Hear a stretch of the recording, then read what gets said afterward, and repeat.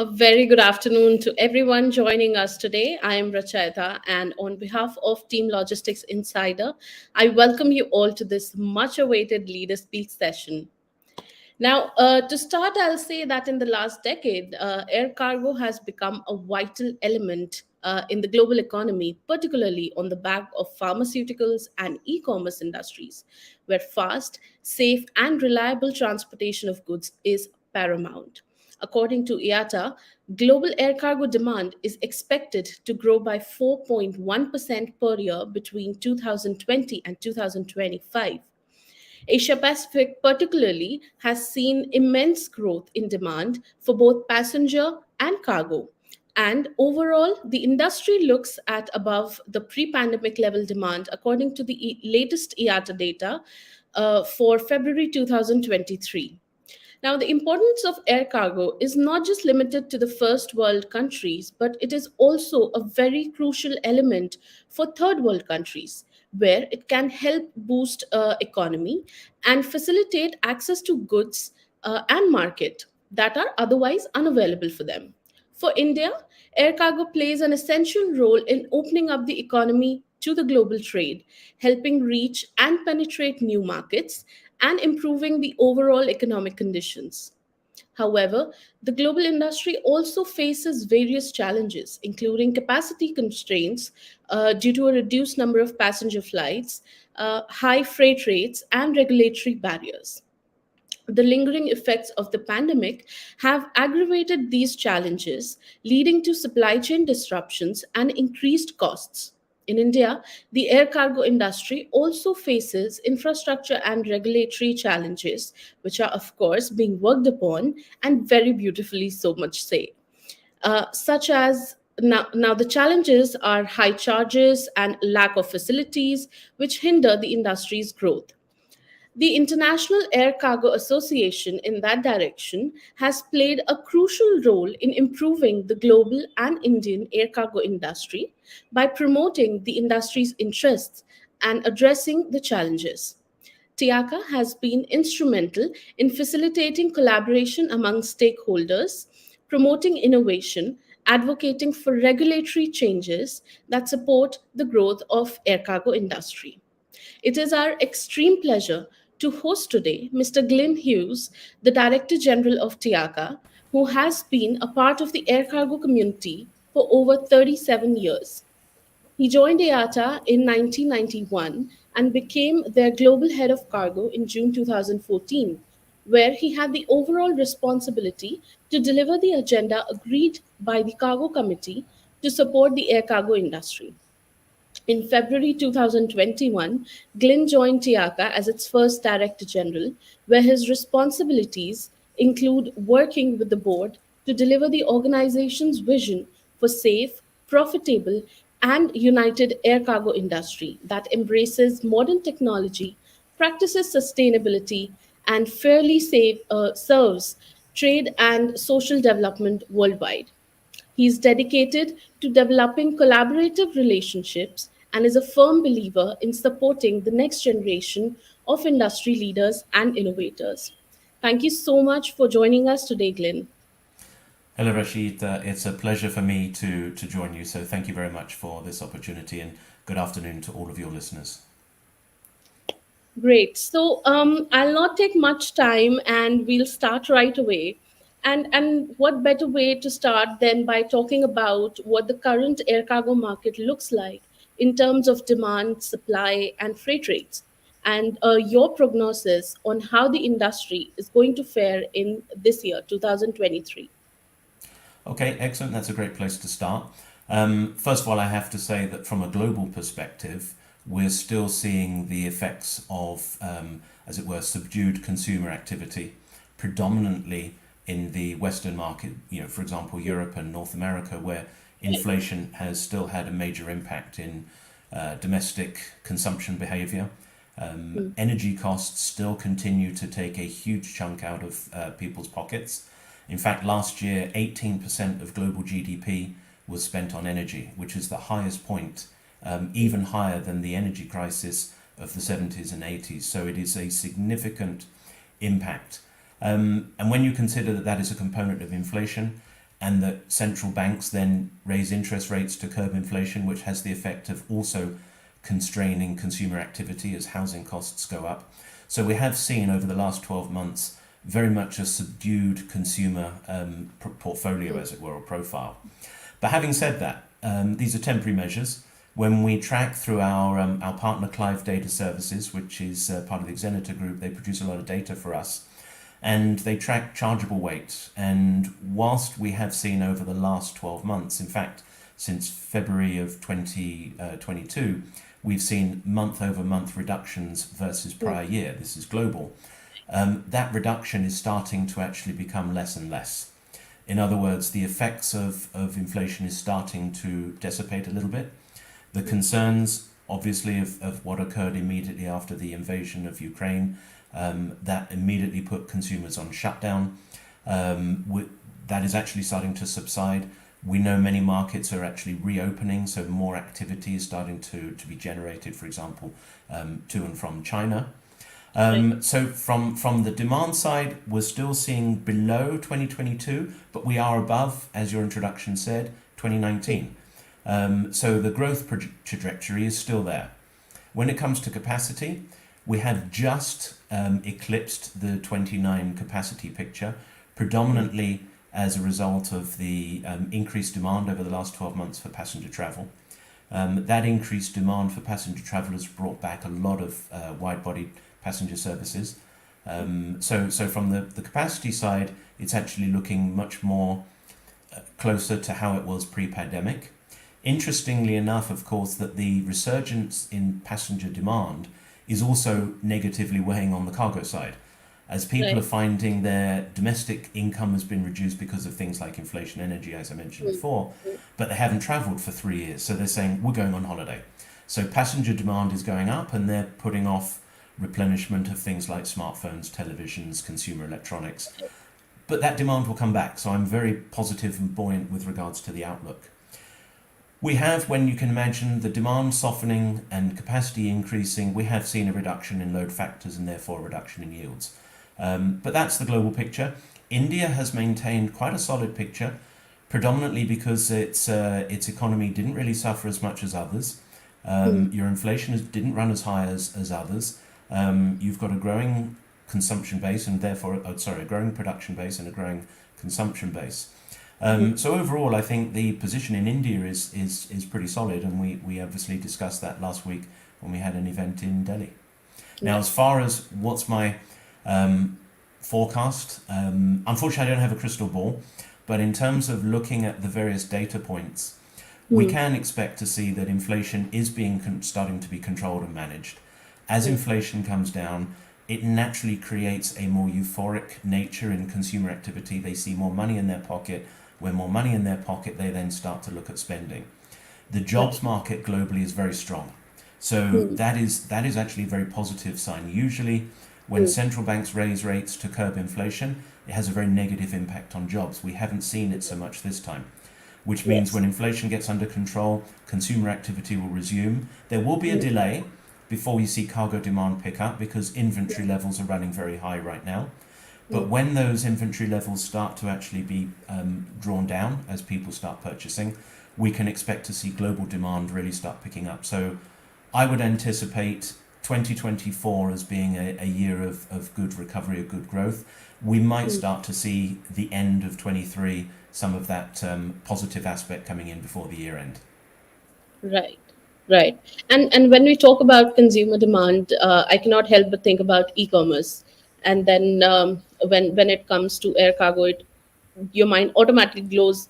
My mind automatically goes into pharma as well. So how is pharma or perishables as a whole and e-commerce driving the air cargo market globally? And what are the other major contributors to this growth? Right, well, that's a great question because you've highlighted two very key things, particularly for India. Hmm. But it's actually slightly different. India is in a very unique position with both of those, so I'll deal with them separately. First of all, pharma and perishables.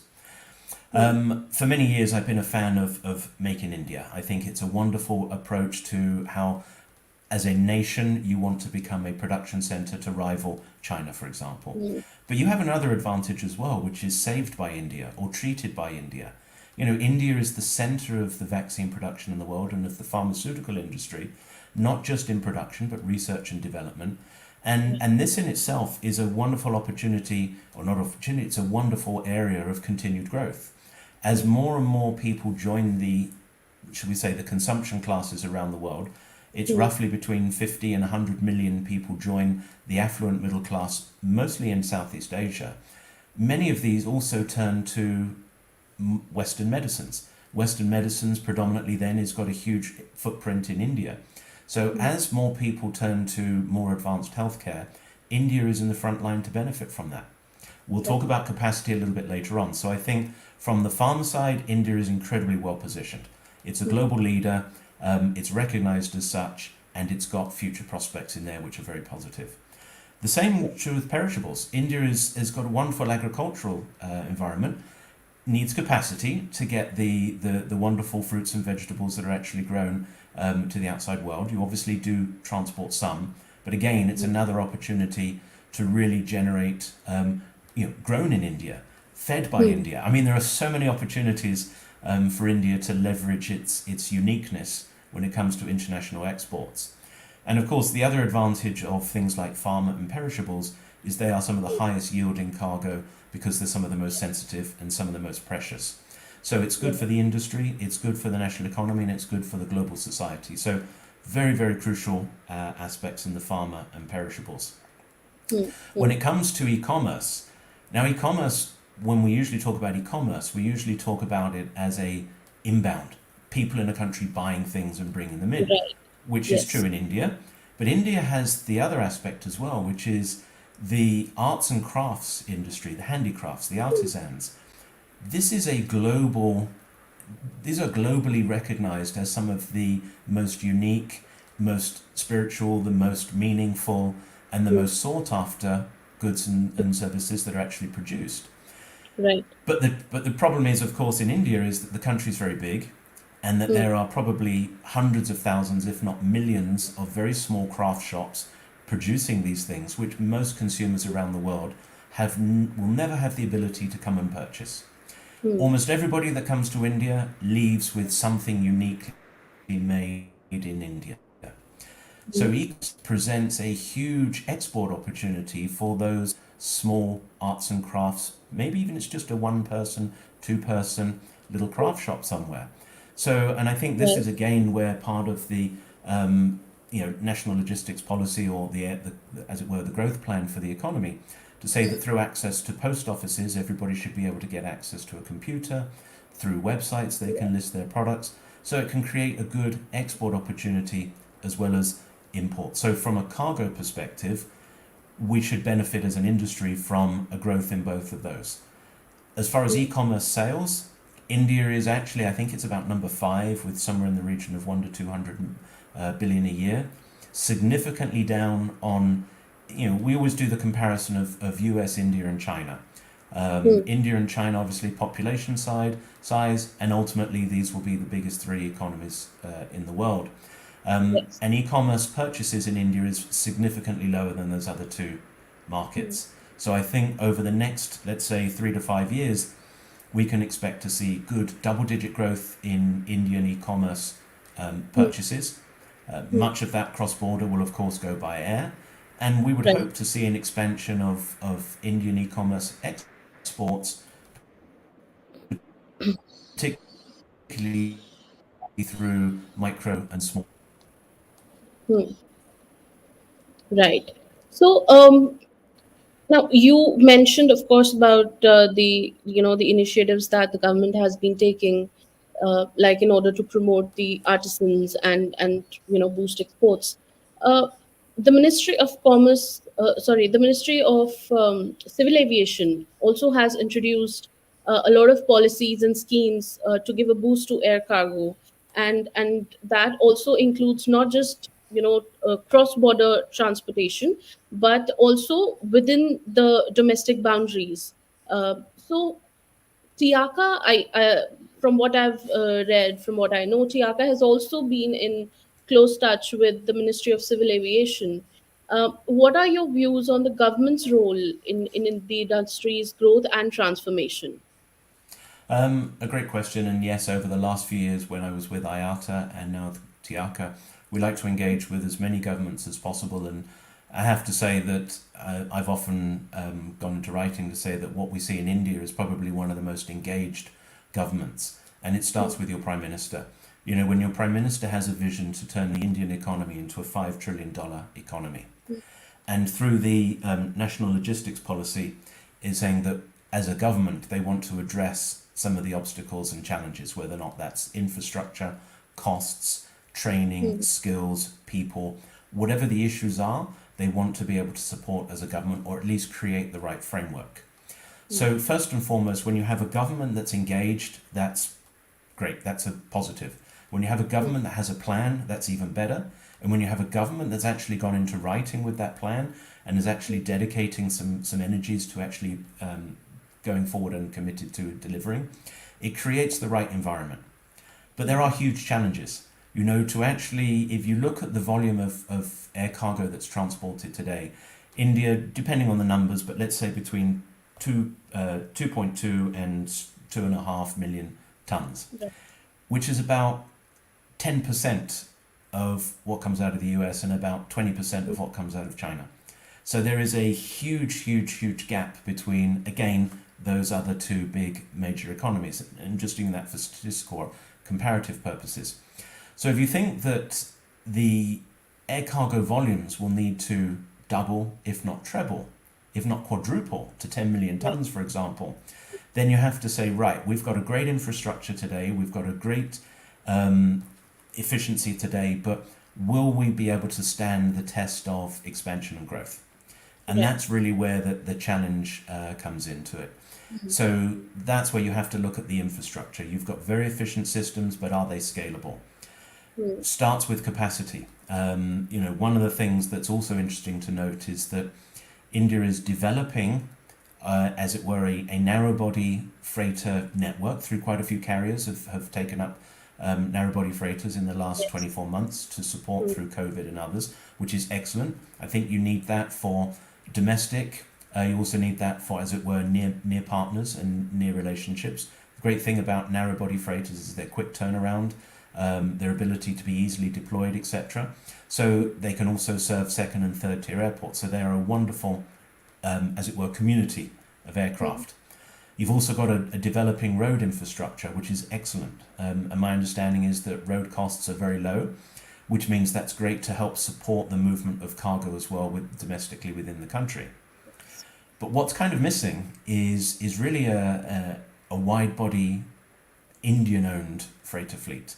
My understanding is about 90%. There was a study by the Transport and Trade Group, did a great study in looking at India, and they said that about 90% of international air cargo exports move on non-Indian flag or non-Indian carriers. Right. So you think going forward, make in India, made in India, saved by India, fed by India, but flown by somebody else.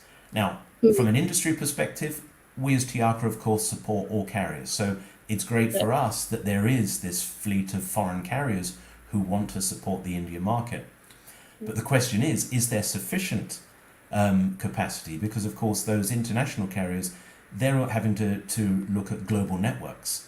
So India is one of the markets they serve. But going forward, I genuinely believe that if India really wants to achieve the huge volume increases which will be accompanied by that $5 trillion economy. In fact, it's a prerequisite to achieve the $5 trillion economy. We know that roughly a third of all international trade by value moves by air. So if the capacity is not there, you're not going to grow the economy to that level. So one thing that's very positive, if you know the announcement that came up in the last few months, which is Air India's record, and it is a record. It's the largest number of aircraft ever ordered at a single time. It's a mixture between Airbus and Boeing. Tremendous aircraft, a mixture of narrow-bodied, wide-bodied. The wide-bodied aircraft, whether or not it's across the board from both manufacturers, a wonderful fleet of aircraft that are very supportive of air cargo. But then were no freighters in the order. That may come. This is just my view. I'm not basing this on anything that I've read, seen, or spoken to, but I would anticipate the volumes of cargo that that type of network will, that fleet will generate, will also later on encourage somebody in India to really start expanding into a wide-bodied freighter fleet, as Yes. it were. Yeah. Right. And this was actually something that was, discussed at length during the recent TIACA event. And now, Glyn, are you there?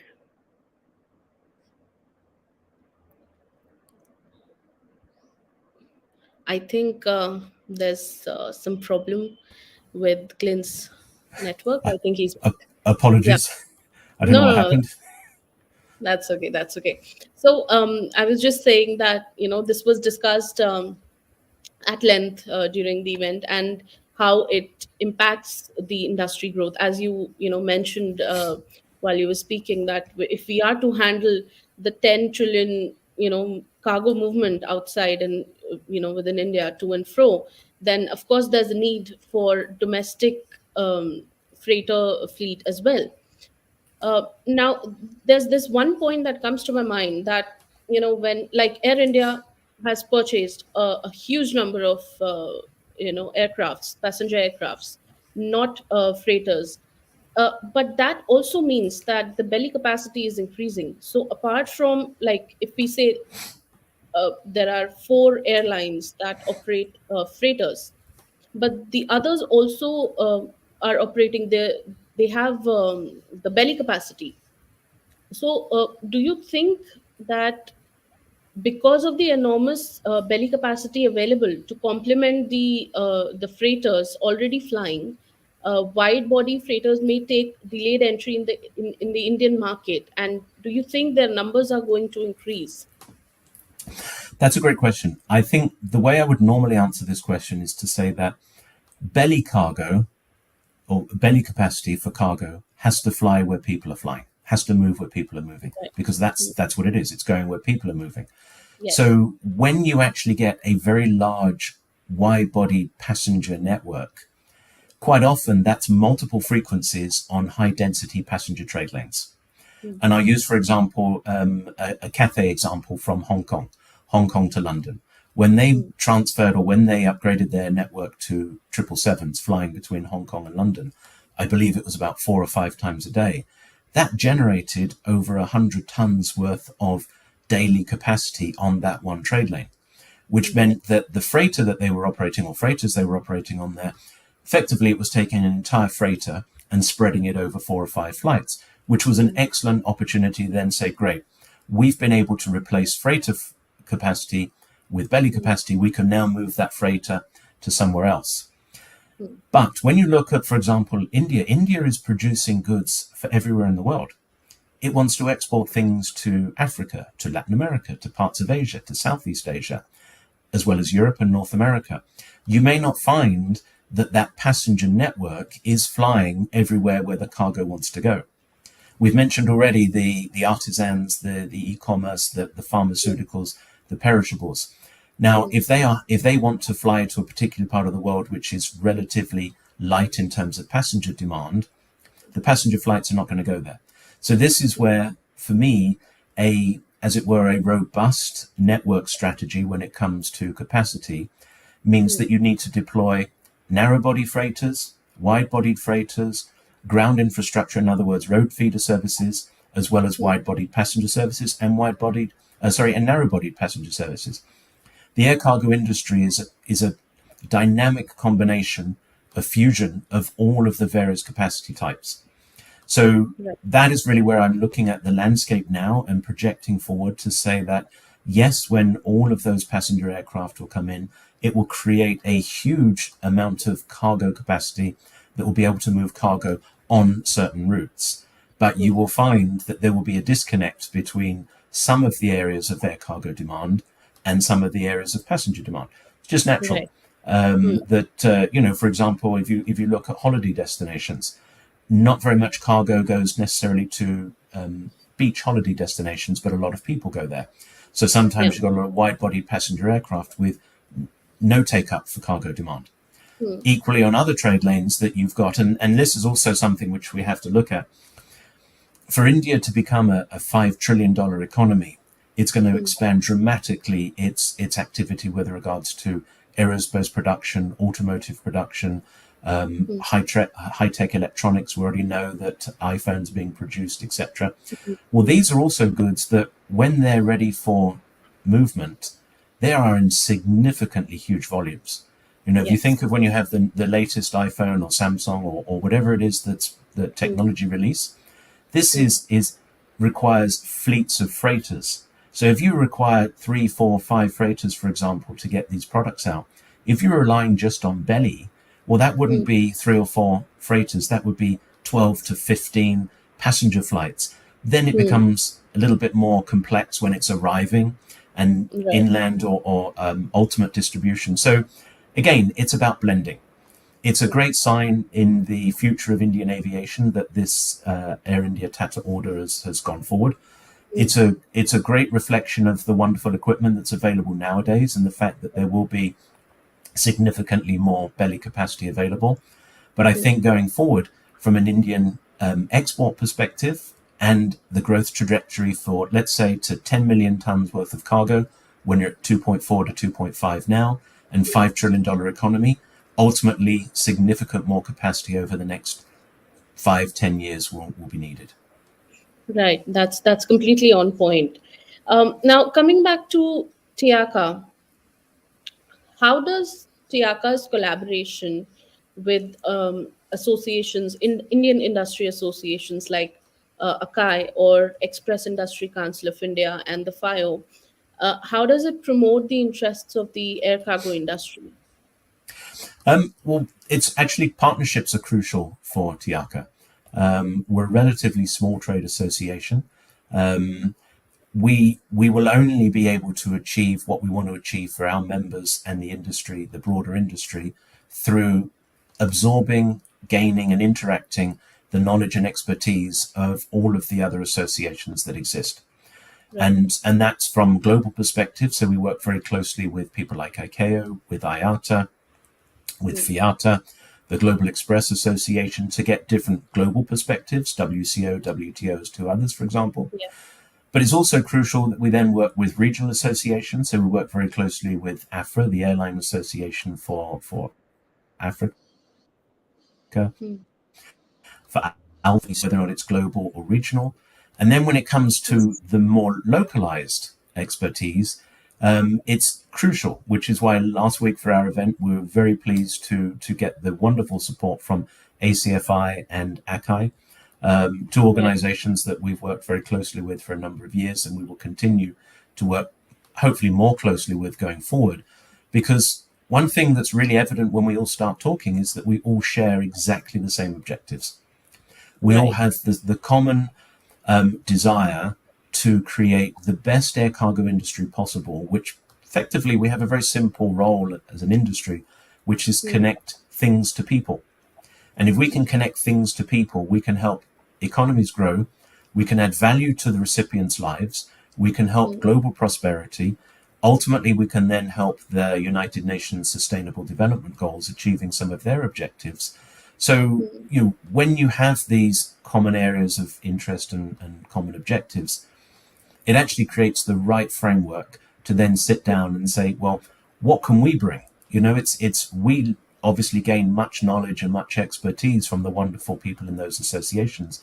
But what we hope to bring is some of the best practices that we've been able to identify and see within the world. So if we can bring global experiences into the local discussions, then everybody wins. For example, you have an Mm. issue in India about GST. Right. GST is those topics. If you're in any group of Indian freight forwarders and just use the word GST, you see people's shoulders come up because it's effectively it's a complexity which is really adding financial burden. It's adding Mm. a cash flow challenge, but it's not really achieving anything at the end of the day. It's just putting one money in one pocket to another pocket, back to the other pocket after due time, etc. And yet it adds a complexity to the movement of air cargo. So these are the examples, for example, where we try and say, well, globally, most countries exempt international transport from VAT or taxes because it's a service and it's an international service, and it's really designed to support the movement of goods, which obviously do attribute sales tax and value tax as they're moved. We can also help in terms of looking at the taxation situations and guiding on what we've seen in other parts of the world. Policies in terms of customs clearance. Also, we can try and shine a spotlight on innovation and technical adoption. And also, we like to get inspired. And this is an area that another area where India is leading the world, which is how it's looking at drones. You know, the government has set up, again, it's another objective, stated objective. It wants to become the center of international drone, whether or not that's production, usage, design, regulatory environment, and innovation. So if we can actually try and bring experiences of how drones are being deployed overseas in different parts of the world, bring it to that local discussion, and then hopefully create something which then becomes inspirational for the rest of the world to follow. Right, right. I think from what I've gathered, attending events, be it air cargo, be it shipping, the entire, I think the global industry works and is currently focusing on the concept. I would not say concept on collaborating and communication. I think that's going to become the key of how we're all strongly tied together in the near future.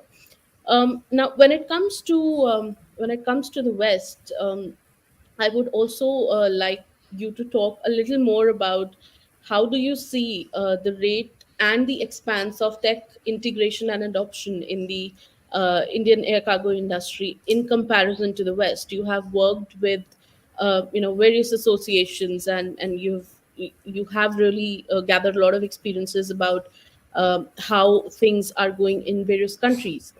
So, how would you compare the West? I would say U.S., Europe, and India in tech adoption. A great question. First of all, before I talk about tech adoption, I'm going to talk about tech development and tech creation and tech Yeah. innovation, because we're better than India. You know, India has been for many a year leading the world in information technology. And the same is true in the air cargo spaces. You've got a lot of fantastic technology providers and developers here in India. I say here in India as if I'm there, but I'm here in India in terms of this is where we jointly are, as it were. But in India, so you've got a wonderful starting point. And when you've then had that starting point of that innovative hub or that innovative creation point, you then say, right, well, how do we deploy this? Yes. And I actually don't think that there is an east versus west, north versus south question here, because when I travel around the world, it's more a case of individual people, individual businesses. If they get it, they embrace it and they run with it. If they don't get it, they're laggards and they slow down and they walk rather than run. And one of the things that we saw before COVID, if you'd have asked me this question in 2019, 2018, 2017, 2016, or any of the previous 3 decades before that, I would have said, I'm very disappointed with the amount of technology adoption. You know, people saying, yeah, but I'm happy with what I'm doing now. We've got enough people. The processes seem to work. The customers seem to be happy. The product seems to be arriving. We're moving our boxes. They're okay. Then COVID came along and it literally changed everybody's approach to how we work, how we interact. You mentioned collaboration, for example. Air cargo before was about taking a piece of paper, handing it to somebody else, signing a piece of paper, handing it back, moving a box, blah, blah. When COVID came along and people said, well, I don't want to touch your pen. I don't want to touch your paper. You don't want to touch mine. I don't want to shake your hand. I don't want to be in your vicinity. We have to find a different way. So I think that the adoption of technology and the movement of technology in terms of on the innovation spectrum probably leaped ahead about 5 years. You know, and then you saw wonderful new solutions popping up as well. I'm deliberately not mentioning names because there are so many great companies. I know if I mention a few, I'm going to get an email straight away saying you didn't mention this and that one's even better, for example. So I'm not going to mention any, but there are so many wonderful, whether or not it's new platforms that are being created, the use of smartphones now. Can you imagine 5 years ago when people, when they were at the office in the airports, had to leave their smartphone in their cubicle or in their locker? Now there are Yeah. so many apps on the smartphones, so much technology is in our palm. It's Mm. allowing the industry to do so much more. And I think that's the crucial aspect, that if a visionary organization out there says, I want to do different, I want to be able to, and I'm actually going to use a different phrase now and then come back to the technology. When I started in this industry hundreds of years ago, it was about moving boxes from A to B, just about moving the box. Now it's not moving the box. Now it's about the emotional impact of what's inside that box. It's a complete different way of looking at it. If I'm looking at the emotional impact of what's inside that box, now I've taken an ownership and accountability to deliver what's in that box in the best condition possible so that the emotional impact can actually be heightened. It's not just the box, it's what's inside. So if I'm Yeah. now taking responsibility for what's inside, I want to make sure that I move it in the condition that's intended to. So I have to collaborate with my partners. I have to share data. I have to track the condition. If it's fresh, if it's perishable, if it's farmer, it's no good delivering it to the end and saying, I hope it was in this right temperature condition throughout its Yeah. journey. So we're having to, well, we are seeing more increased use of data sensors, of Mm. tracking tools. And so the demand for technology has increased because of our focus on what we're actually moving has increased. So the technology organizations have leapt even further ahead. And I think this is where we get that wonderful innovation cycle, which is those demands are being leapfrogged by the developments, which then creates and inspires more demand, which is being inspiring more developments. So I would anticipate that the continued innovation in the area of technological advancement will very much be at a very fast pace. Adoption, and this is really the part of your question, it's twofold. If people don't adopt, they won't be able to provide the services that their customers are actually looking for, you know? And Right. also, you have to look at the next generation of workforce. Mm. You're a young person, I'm an older person. When I came into the workforce, there was no such thing as email, there was no Mm. such thing as mobile phone. Can you imagine there was even no mobile phones, not even one of the old versions? Nothing Yeah. existed when I joined the workforce. Now, subsequent generations have gone through their educational career, each Mm. time progressively adopting more and more technology. Mm. Now, the next generation of workforce, if we were to take them and put them in an office and say, here's a pile of papers, I want Mm. you to go through those papers and stamp them, write on them, they're going to laugh, as you are doing now. You're thinking, surely that never happened. No, it did happen. That was my Yeah. very first job in this industry, was actually opening envelopes, taking out airway bills and physically writing on them the flight date, because there were no systems in place. So if organizations haven't adopted technology, it's going to be very difficult for them to attract and retain the next generation of workforce. So it's crucial to serve the customer. It's Mm. crucial to serve supply chain partners. It's crucial for internal business efficiency. It's crucial for attracting and retaining that next generation of workforce. So another area where I'm extremely excited, as I say, is to see how technology is going to go forward. And honestly, I don't think we've even scratched the surface yet. Yeah. As we've got things like Chat GPT, and we've got Mm. artificial intelligence, we've got predictive analytics, we've got chatbots. Soon it's going to be a case of, I'm just going to say, I wonder where my shipment is. And Mm. Google's going to hear that, and it's going to come up and say, well, I've checked with technology providers A, B, C, and D, and here are your shipments. They're in great condition. They say hello. They're looking forward to coming to see you at your house. It's phenomenal what's going to happen in this space. Right.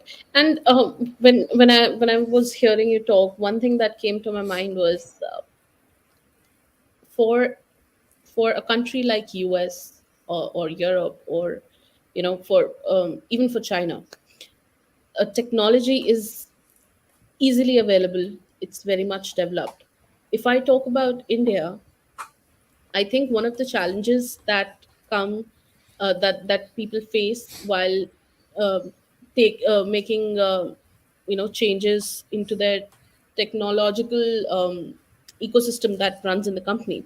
I think that's a little bit about availability of technology and then the cost. So, in your opinion, how can we facilitate better tech adoption into the industry, not just in India but other countries like India as well, where air cargo is still growing, and it's going Mm. to we're looking out how to make it reach its potential. Great question. Again, apologies to go back in my career. When I first joined, well, not when I first joined, but when technology was starting to be rolled out, it was big Hmm. box stuff. It was on a mainframe, it was on an IBM 38, it was on a huge Took a big whole room. box. Took a whole room, exactly. Yeah. You even had a whole room for a printer. Hmm. If anybody, they should have a museum somewhere where they show that we actually had a printer room. Yeah. Now it's printer on a desk. But back then, the cost of technology was huge. It was a mega price tag because it involved significant hardware investment. It also had a rollout period of years, not months, years. So it was a huge investment of time, of people, and it also was not very tailorable. Here is the system, use it, implement it, but if it doesn't fit Hmm. your current processes, you're going to have to change your current processes. So, it was great that the industry was able to do that back then, but that's no longer valid now because, as you say, technology needs to be in the hands of not just the big companies, but the medium sized, the small, and the Right. micro. Hmm. So significant leaps have been made there as well, in the sense that now software as a service, SaaS, so you've got much more adaptable, accessible, cost-effective technological solutions. Number one. Hmm. Number two, they are you're talking weeks and months for implementation, not years. So that's the other advantage of this, is that if I have a need now, I can actually get a software tool implemented very quickly, which addresses my needs now and my needs for tomorrow. But back in the old days, if I had a need now, well, I would be implementing in 2 years what my needs were 2 years ago, which Hmm. have evolved. So, you had a disconnect, a historical disconnect. Historical disconnects don't happen now. So the Hmm. software developers know that they have to make tools that are actually adaptable, scalable, flexible, and tailorable. And I think that's crucial, is that you have a different demand and a different need from me. Even if our businesses may look similar, we've got different customers. I might specialize more in perishables. You might specialize more in high value. For everyone. So I think from that side of things, today's technology kind of ticks all the boxes as well. It means from my perspective, there's no. I don't want to use the word excuse because that sounds a negative Hmm. phrase. But if I was starting business up as a freight forwarder, the first thing I would do is go out and get a technological solution, because that would be Hmm. how I would actually position my business. I could then go and get the customers, and as my business evolves, my technological needs evolve, and I can find either evolution with my existing partner, or I can find bolt-ons. One of the things which I think we will see more of going forward as well is, I don't know how to quite phrase it properly, but packaging. Over the last few years, in the early parts of technological expansion, I bought my Hmm. booking system, or I had my booking system. Then I had my claims management tool, and then I had my customer interface tool, and I had my communications interface, my ops management tool, my revenue accounting, five, six, seven, eight, nine, 10 different systems. I think going Right. forward, what you'll probably find much more is that there will be a need for integration within organizations, Hmm. so that my operational management tool can talk to my claims management, can talk to my revenue management.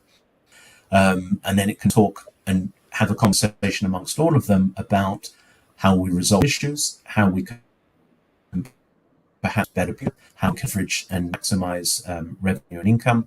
So I think that's an Hmm. area going forward which will increase operation efficiency as well. Right. Okay, so now we're moving on a little bit from technology, but overall, a robust logistics ecosystem is the backbone of any economy. And I would like you to speak on the role of air cargo. Um, in the development and growth of third world economies, or the LDCs? What do you think about that?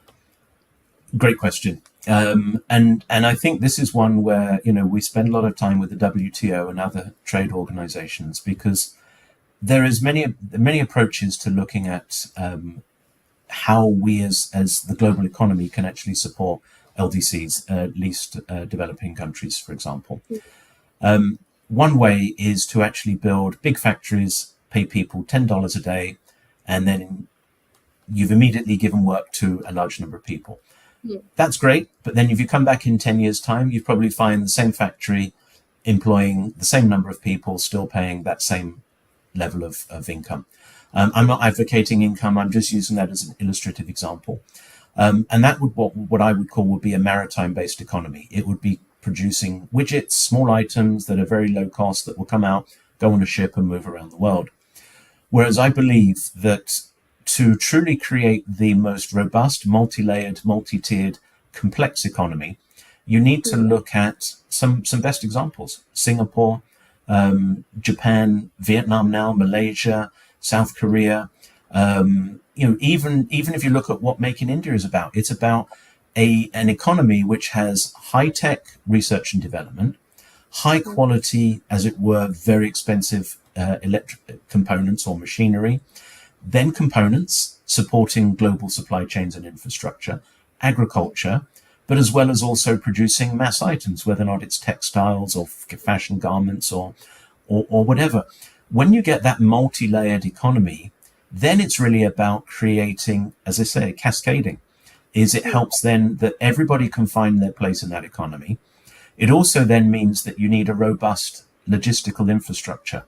You don't just need air, but you also need air, roads, and maritime. For example, we recognize that it's impossible to support the global economy just through air cargo. You do need to have robust, you do need to have, which is why we also like to work with the maritime sector, because for us, it's about creating the right infrastructure in a country that will attract inward investment.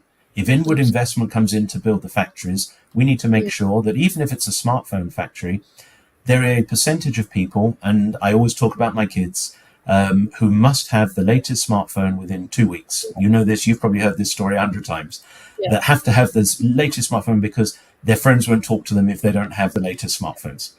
Then there's people like me that says, you know what, I'm happy with 2 versions ago, so you can put mine on ship. It doesn't need to come to me that quickly. I'm only going to look to buy the latest one in 2 years' time. So that to me is really about an integrated supply chain network. It's about using air where air adds value, and adds value, which is getting the high value goods to market in the quickest period of time, to enable the producer to get the maximum return on their capital investment and translate product into cash. So it's very important then that we work with all of the trade bodies to make sure that from a developing nation perspective, first and foremost, you have to look at what is their ability to produce agriculture? What is their ability in terms of workforce? What is their educational levels like? What is their engagement with technology? Do they have a good, solid, robust technical infrastructure? Do they have a good airport? Is that airport got cargo capabilities? Is there a port? Are there good regulatory infrastructure in place? Are there even maybe free trade zones? Are there conditions which support inward investment? Do they encourage operational flexibility? Is there open skies agreements? Do they have seventh freedom rights, etc.? So these are about 10 to 12 different questions which, when a country goes through and says tick, tick, tick, tick, I've got all the right conditions, then they're in a much better position to then go out and attract that investment. And once that investment comes in, that's when they actually start proving and demonstrating to other manufacturers, look, we can produce high quality automotive parts to then supply production centers other parts of the world. Or we might be able to produce sub-assembly components for washing machines to support production. So it's a way of demonstrating success, which will in turn create more demand and more investment. So air cargo is crucial. Without air cargo and without maritime, it's going to be almost impossible for a developing nation to really create that prosperity, that it needs to support all of its citizens. Yeah, I think you're absolutely right on that. Now we are a little short on time. I took a lot of time because I wanted to ask you so much things. So I did ask an extra question here and there, but I'll my concluding question to you would be around sustainability. Now, there's a lot that has been said about sustainability in air cargo, but particularly what intrigues me is the idea of sustainable aviation fuels. Now, how far fetched do you think SAF is to reach the momentum that currently traditional jet fuel holds, and how does TIACA contribute towards the motion? Great question, and it's a good one to end on because sustainability is what we also need to focus on as an industry. Mm, First and foremost, I will answer your question, but I should say for us, sustainability is the environmental piece is one very important part, but a sustainable industry is one which actually can focus on the people, the planet, and prosperity. So it's right. exactly what we've talked about through this whole discussion so far. We've got to create the right environment that an industry is sustainable. From an environmental perspective, all industries need to improve what they're doing, whether or not that is media, whether or not that's retail, whether or not that's aviation, maritime, leisure, sports, whatever it is, we have to improve our impact on the planet. The air cargo industry, part of aviation industry, I should say, has set a net zero objective by 2050. Mm, Sustainable aviation fuel, to your point specifically, is going to be about 65% of that net zero target. Roughly 65% is going to be achieved through the use of sustainable aviation fuel. mm, Now, that may sound, great. Where are we now? We're at less than 1%, or even 1% now. In 2022, there was about 200 million litres of sustainable aviation fuel produced. With current production capabilities and investments, the projection is that by 2025, that will expand to about 5 billion litres. okay. Again, with some expansion of investments by 2030, that could get up to 30 billion litres. To get to the 65% target by 2050, the industry is going to need 450 billion litres. That is a huge leap Number. from where we Mm, are now, yeah. which means that we cannot wait. There is no time to wait. We have to now, as an industry, we have to urge governments to invest in or create the right environment to promote and encourage investment. Very pleased to see a number of manufacturers, again, I'm not going to mention them because there are a number and I don't want to miss anybody, but a lot of producers are investing in sustainable aviation fuel production. The cost to produce SAF is about 2 to 3 times the cost to produce jet kerosene. Mm, Also, the cost of produce or the process of refining to produce SAF does produce biodiesel as an earlier point. There's a demand for biodiesel. So we have to make sure that SAF production, A, doesn't compromise global food security. We have to make sure that SAF, which can actually be used from biomass waste, from, as it were, agricultural byproducts, etc., we have to go down that road of not compromising food consumption by the human race, first of all. So it has to be byproduct. Second, mm, we need to get that cost down to the point. Now, costs will come down naturally with economies of scale. of So course. that two Yeah. to three times price now is not really a big concern today because we know that volumes are very low. As volumes increase, that cost will come down. But we do need to encourage more investment and research into seeing if there are other techniques, other sources. There is a power to liquid, energy to liquid transfers. You can use hydrogen to kind of create sustainable aviation fuel as well, but it's very costly. So there are lots of different areas of research, but the key is that we need to make sure that sustainable aviation fuel is ultimately available everywhere in the world. It's no good if it's just available in a very few markets. That's not going to help the global industry. The good thing about SAF, it's what they call a drop-in solution. So you can actually use it in a very good blended mix with existing jet kerosene, so it doesn't require a different infrastructure. Hydrogen, which is more plentiful and is obviously one of the cleanest types of propulsion energy sources there is, but you have to have a different infrastructure. You need to store it at near Kelvin degrees or minus 275 or something Celsius to keep it in its liquid form before it boils. So it's more difficult. You have to then change the aircraft design to hold the tanks. So hydrogen will have a role. There are a lot of research. There's a lot of research into perhaps 2035. There might be some hydrogen aircraft use, or electric aircraft is already being in service, but smaller range, smaller aircraft. So lots of research, but SAF is going to be crucial. And as I say, we need to encourage. So our role of TIACA is to try and highlight to governments the need to invest in it, because the aviation sector is so crucial, as we mentioned before, for an integrated global economy. Right. I think that was probably the best way to end this interview. And I mean, it's so astonishing that where we are right now, when it comes to SAF, and where we have to reach, it's such a magnanimous gap. Yes. Anyways, so I think this is probably one of the most enriching and insightful and exciting at the same time, all in one conversation that I've hosted in a very long time. Thank you so much for your time today, Glyn. And I think we've touched base on everything, all the the important points, like the tech, demand, supply, trends, government, sustainability.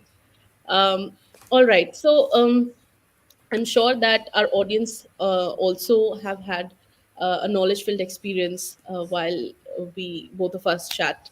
And once again, thank you so much for taking out time today. And thank you to our lovely audience as well for joining us today and further adding value to our candid chat with Glyn. Thank you so Thank you very much. much. Thank you very much for some great questions. It's been wonderful talking to you. Thank you. Thank you. Have a good rest of the day. Bye bye, everyone.